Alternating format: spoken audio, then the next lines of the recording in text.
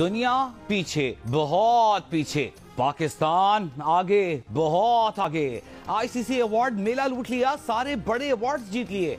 Shaheen Shah Afridi ICC player of the year, Babar Azam one day के बेहतरीन खिलाड़ी, मोहम्मद रिजवान टी20 के किंग बन गए और फातिमा सना ने खवातीन का emerging player of the year award जीत लिया। Shaheen Shah Afridi sir Garfield Sobers trophy जीतने वाले पहले पाकिस्तानी भी बन गए। उन्होंने साल 2021 में 36 वनडे मैचेस में 78 विकेटें, 21 टी20 मैचेस में 23 और 9 टेस्ट मैचेस में 47 विकेटें हासिल की।